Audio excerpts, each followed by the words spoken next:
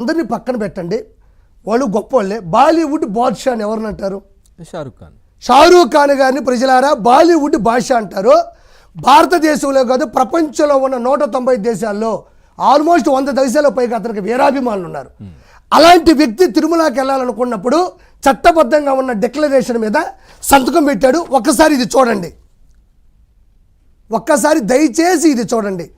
Bollywood Badshah, Bollywood super star, అత్యధిక remuneration తీసుకునే వ్యక్తి, బీభత్సమైనటువంటి అభిమానులు సంపాదించుకున్న వ్యక్తి, ఏ క్యారెక్టర్ చేసినా అందులో పూర్తిగా ఉండిపోయేటువంటి,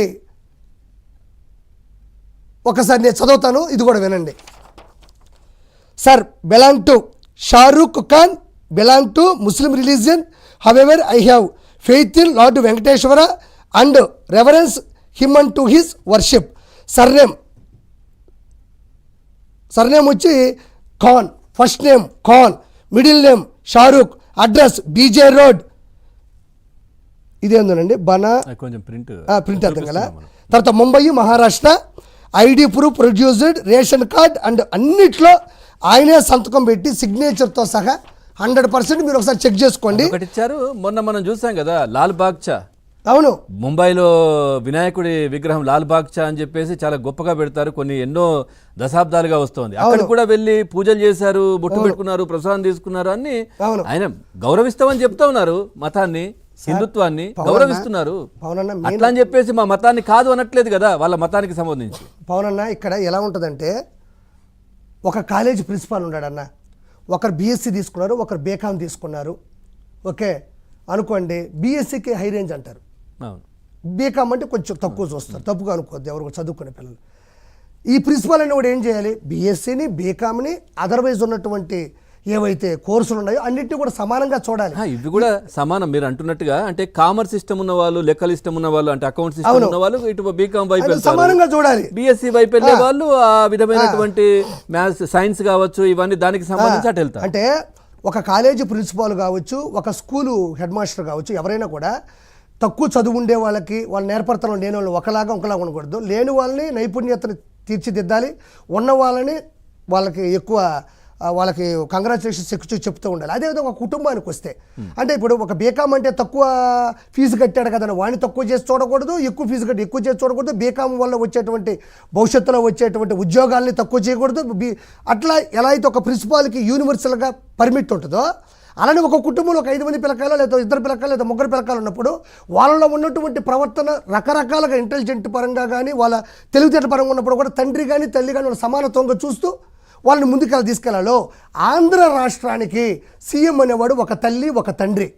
అంటే క్రిస్టియన్ ఓట్లే వేసుకొని నువ్వు సీఎం అవలా, నువ్వు క్రిస్టియన్గానే ప్రచారం చేసుకొని ఓట్లు వేయించుకొని సీఎం అవ్వాలి. నేను క్రిస్టియన్ నుంచి నిలబడ్డ సీఎంని అనేది ఒక చట్టం లేదు.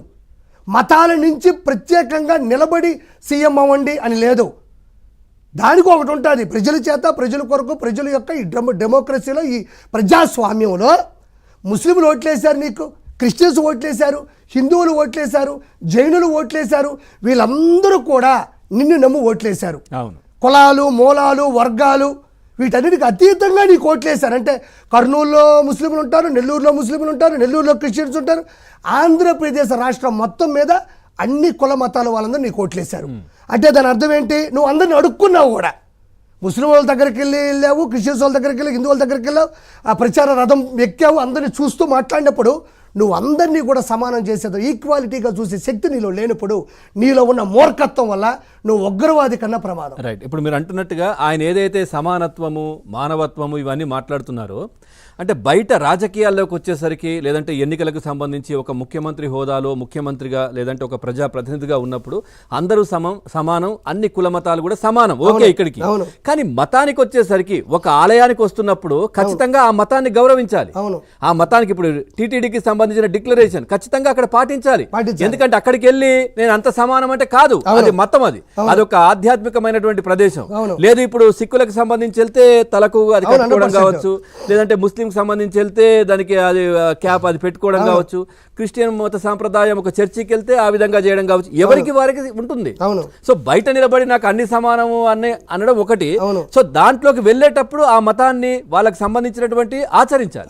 సో అది కాకుండా నన్ను ఏదో చేస్తా ఉన్నారు, నన్ను ఏదో మతాన్ని మొత్తం ఏదో చేస్తా ఉన్నారని కరెక్ట్ కాదు కదా. ఇప్పుడు ఒకటన్నా, ఇప్పుడు హిందూ ధర్మాన్ని మనం ఎక్కువ ఎందుకు గౌరవించాలంటే, హిందూ ధర్మాన్ని ఈ చట్టాన్ని ప్రవేశపెట్టిన వారికి సెల్యూట్ కొడుతున్నాయి. ఎందుకంటే అన్య మతస్థుడు వచ్చినా కూడా తిరుమల కొండ మీదకి పవిత్రమైనటువంటి 7 కొండల గోవింద నామస్మరణతో ఉండే తిరుమల కొండ మీదకి అన్య మతస్థుడు